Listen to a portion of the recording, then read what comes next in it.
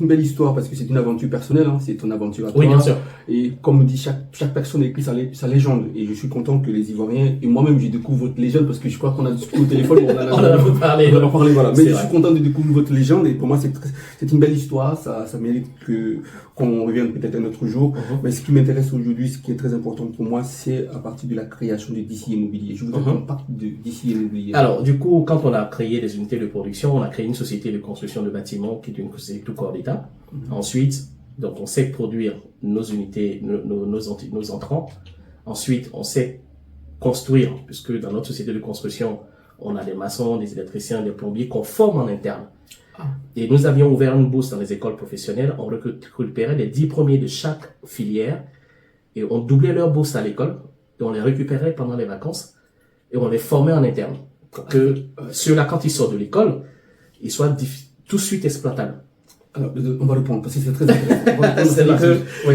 On a créé DC Production Industrie qui est notre unité de production de briques. Ensuite, on a une entreprise générale qui s'appelle DC Bâtiment. DC Bâtiment, ok. Qui est une entité de DC. C'est ça. DC Bâtiment, c'est notre entreprise générale tout corps d'État, à l'intérieur de laquelle on a des maçons, des électriciens, des plombiers, des carreleurs, des étancheurs, des plaquistes, des peintres et tout ce que tu veux. Ouais. Et on a des très bons maçons, mais qui savent pas faire de la grosse production. Aujourd'hui, on construit pas une maison en faisant des briques, on construit une maison en mettant des panneaux. Et tout ça, on a des très bons électriciens. Oui, on sait tirer des câbles dans des murs. Aujourd'hui, on construit une maison en faisant des pieux électriques. On a de très bons plombiers, mais combien qui savent travailler sur du multicouche ou du PER. Bien sûr. Et du coup, on s'est dit, bon, on est arrivé, on a compris comment est-ce que l'environnement, l'architecture du pays fonctionne. Voilà ce que nous, on veut apporter. Et donc, c'était plus simple d'aller à la pépinière, on dirait, dans les écoles professionnelles, de dire, tiens, on va éviter de faire créer le désordre, on va prendre les 10 de chaque filière, on va doubler leur bourse, et on les récupère en interne. Ça nous permet, nous, de les former. Et puis, quand ils finissent leur BEP et leur CAP, ils sont automatiquement embauchés chez nous, et on part directement sur nos différents chantiers. Et du coup, vous donnez un coup de main à l'État. Oui, il y a du mal souvent à embaucher. On est d'accord sur ça. Et donc, c'est à la suite de ça qu'on a créé DC Bâtiment. Quand on a fini de créer DC Bâtiment, on a créé DC Matériaux. D'accord. On s'est dit, on sait produire des briques, on sait produire du béton, on sait construire. On a nos maçons, nos électriciens, nos jeunes apprentis, tout ça qui sont formés. OK. Mais il n'y a pas que le béton et le ciment pour faire une maison. On a des fils électriques, on a des prises, on a des lampes, on a des appareillages, on a des meubles de maison. Et il fallait qu'on soit capable de stocker du matériel du second œuvre. C'est-à-dire que tout ce qui est prise, filerie et tout ça. Et donc, plus simple pour nous, plutôt que d'attendre d'aller chez... J'ai pas envie de citer une société en Côte d'Ivoire, mais il y en a plein. Ouais. Commander du matériel, non, c'est pas arrivé, il faut attendre le matériel, le conteneur au port, on sait pas comment faire. C'était plus simple de gérer nos supermarchés de bâtiments. Oui, c'est ça. Donc, on a créé DC Matériaux. Dans DC Matériaux, chaque fois que nous avons une usine de production de béton prête à l'emploi, juste à côté, on a notre quincaillerie générale qui s'appelle DC Matériaux, qui dans la quincaillerie, on vend des fils, des prises et tout ça. Et à la fin, on se retrouvait avec la plateforme du bâtiment, le roi Merlin Matériaux, à côté de nos unités de production. On en avait 10 unités en Côte d'Ivoire, on avait 10 magasins en Côte d'Ivoire. C'est la partie matériaux. Et ça, on a fait quasiment tout le monde entier pour savoir trouver des partenaires. On était en France, on était en Turquie, et à la fin, quand on est arrivé en Italie, et c'est un Italien qui a accepté de nous accompagner sur la partie matériaux. En Italie. Voilà. Et jusque-là, Dr Kofi est à Abidjan, a créé sa structure, a embauché à ses locaux. Les ingénieurs, les docteurs, les machins, les techniciens, tout ça viennent travailler, ils sont payés. On n'a pas encore créé DC Immobilier. Pas encore. Pas encore. Donc la structure fonctionne sous fonds propres. Et ça veut dire simplement que vous n'êtes pas arrivé comme ça depuis ton plan. Oui, mais voilà, c'est ça. Non, on est arrivé en 2000, on est arrivé le 12. Moi, je suis rentré à Abidjan le 12 avril 2018. Le premier transfert est arrivé le 26 mai 2020. Il y a eu 2 ans. Oui, c'est ça qui est intéressant. Pourquoi j'insiste là-dessus? Excusez-moi, non, tu veux me tutoyer, bien sûr, ça va être plus simple. Tu m'excuses, j'insiste là-dessus parce que, en fait, pour quelqu'un qui n'a pas compris ton dossier, qui est extérieur, qui peut-être n'est pas ivoirien ou qui ne connaît pas bien le dossier, qui est ivoirien mais qui ne connaît pas le dossier, il va penser que tu viens juste, tu as quitté la France, tu es venu directement. Alors que non, en fait, tu as une histoire en Côte d'Ivoire. C'est ce qu'ils ont fait. En fait, je veux dire, c'est ça qui a été l'histoire, ça a été le péché dans l'histoire. Lorsque le procureur sort à la télévision et dit oui, il y a un jeune qui est venu, qui a voulu prêter une banque et tout ça, la chose était bien pensée. Ouais. Mais malheureusement pour eux, j'étais pas venu prêter une banque.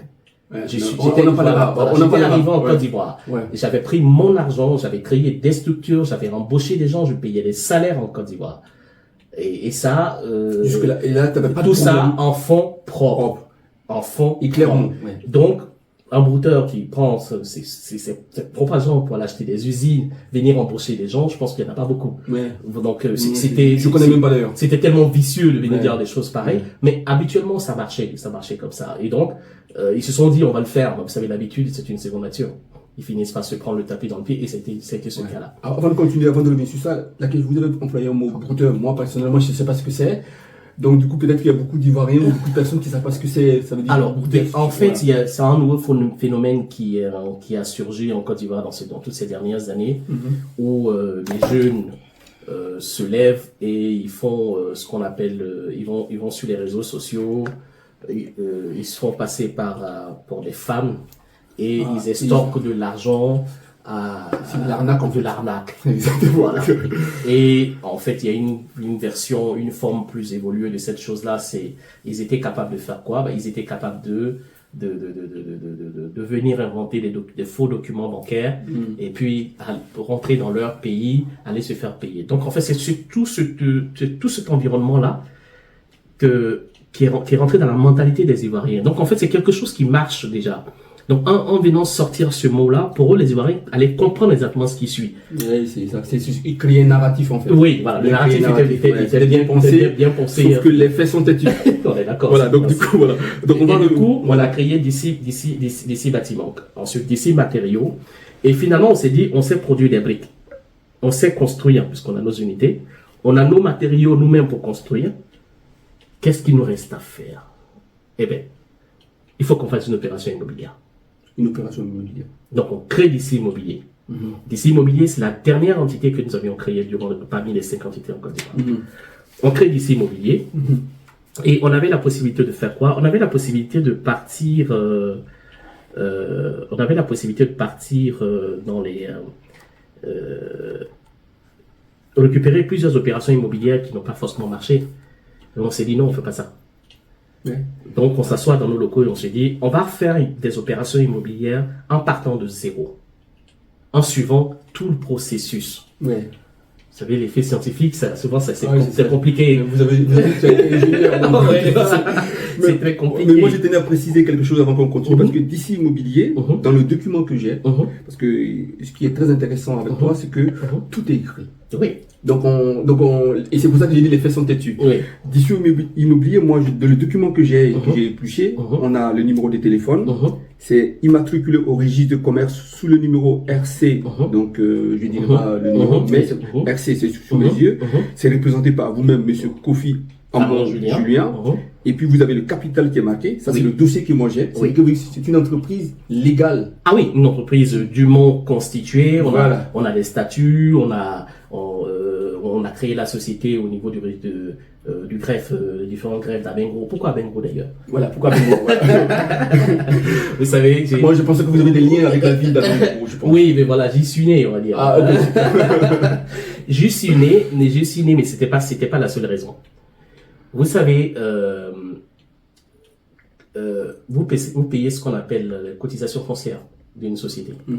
Donc, plus vous êtes dans les grandes villes, plus vous en payez plus cher. Plus vous allez dans les petites villes, plus vous avez des facilités. Donc, même si vous payez 5% de cotisation foncière pour une société et que dans une ville comme Aben, vous en payez 3%, c'est déjà 2% de l'économie. Ben oui. Donc, je me suis dit, une structure comme les structures d'ici qui vont se créer, pourquoi venir à Abidjan où on est complètement saturé et on a des unités à implanter? On a des bureaux d'études. D'ailleurs, je vais pas parler de d'ici BET, qui est notre bureau d'études techniques et structures, qui est une des entités. Donc, tous les plans que vous avez sur les réseaux sociaux, on les a dessinés à Abidjan. J'ai recruté des techniciens, j'ai recruté des architectes, je les ai formés par rapport aux différents logiciels, Revit, AutoCAD, 3ds Max. Tous les modèles des plans ont été faits à Abidjan par des jeunes Ivoiriens qui ont été formés à utiliser ces logiciels-là. Intéressant. Donc, à un moment donné, on s'est dit, on va avoir de la grosse production à faire. Pourquoi est-ce qu'on voudrait forcément venir s'enquiquiner à Abidjan? C'était plus simple de créer notre bureau d'études techniques et structures à Bengrou. Et puis, des jeunes vont y être une espèce de Silicon Valley. Exactement. Voilà. Aux États-Unis, ouais. Aux États-Unis, mais qui sont complètement à l'abri de tous ces projets-là, qui produisent, qui font toute la partie production de plans et de la partie suivi de travaux. Et donc, c'est comme ça que je me suis dit, tiens, à Bengrou, c'est chez moi. Pourquoi pas ne pas. Oui, une très très belle, une ville royale. Une ville royale. Une ville royale, donc. Mes penchants, pour ne pas dire que mes provenances de la cour réelle font que, voilà. À un moment donné, on aura beau être partout dans le monde entier, on s'est dit, tiens, je vais quand même rentrer chez moi, voilà, c'est plus important. Et c'est comme ça qu'on a immatriculé cette société-là. Cette société, elle a été immatriculée au greffe et toutes les déclarations ont été faites au niveau des impôts d'Abengrou. Donc voilà, donc avec DC Immobilier, vous allez vous engager dans ce qu'on appelle une convention vente de construction. C'est ça. Donc, et cette convention a été signée avec 3 autres parties. Oui. Moi, je voudrais que, moi, je les ai. Voilà, mais comment je peux expliquer? C'est-à-dire qu'on arrive à un stade, crucial de l'opération immobilière. Et le stade crucial de l'opération immobilière, c'est-à-dire que nous sommes arrivés, enfin, je suis arrivé à Abidjan avec mes capitaux propres. Donc, j'avais un peu d'argent. Mais il y en a combien de promoteurs immobiliers qui sont en Côte d'Ivoire qui n'ont pas d'argent? Surtout que c'est assez compliqué. Alors, ce qu'on fait, c'est qu'on s'est dit, bon, tiens, je vais faire une opération immobilière. Sachant que les conventions pilulent à Abidjan. Bien sûr. Des gens donnent des conventions à leurs amis, ils s'amusent avec. Ils ont ni terrain, ils ont ni plan, ils ont que la convention, ils se promènent, disent qu'ils sont promoteurs immobiliers. C'est ça. On s'est dit, nous on fera pas ça. Et pour faire une opération immobilière, il fallait avoir un terrain. Exactement. Les terrains coûtent excessivement cher à Abidjan. Donc, ce qu'on a fait, la première chose qu'on a fait, c'est qu'on a fait le tour de tous les aménageurs fonciers. D'accord. En disant à tel aménageur foncier, écoute, moi je suis d'ici immobilier, j'ai une convention de faire des logements pour les agents d'Orange. C'est Association de Côte d'Ivoire Télécom, ça s'appelle Acitel. Acitel, ok. Et on est censé leur faire des logements. Et ces logements-là, voilà la convention qu'on a signée. Vous, en tant qu'aménageur foncier, est-ce que vous avez un terrain qui porte votre nom sur lequel on peut faire le projet immobilier? D'accord. Avant de continuer, parce que c'est important pour moi, parce que moi j'aime beaucoup m'appuyer sur les documents, c'est un défaut. Alors donc, cette partie-là, dans la convention, c'est l'association des cadres de Côte d'Ivoire Télécom. Oui. Donc, effectivement, comme vous l'avez dit. C'est l'agent d'Orange, oui. Voilà. Orange actuelle. Et cette association est régulièrement constituée, régie par la loi. Et donc, une loi qui... Ah oui, Kamagaté Soulé, voilà. C'est leur... Et Kamagaté Soulé est donc le président. Voilà, c'était juste pour... Parce que, oui, non, voilà. C'est une association qui est vraiment régie, installée, qui fonctionne aujourd'hui à Abidjan et qui a eu de gros déboires avec des promoteurs immobiliers qui ont commencé des opérations immobilières, qui les ont pas terminées, les maisons ont été vendues derrière les agents d'Orange. En gros, quand on est arrivé et qu'on a expliqué le principe, ils ont compris que c'était quelque chose de sérieux. Donc ils ont accepté maintenant de signer la convention. C'est ça. Et ils ont accepté de signer la convention avec nous parce qu'il y avait un aménageur foncier qui s'appelait EGFOP. Je pense que ça va être ça.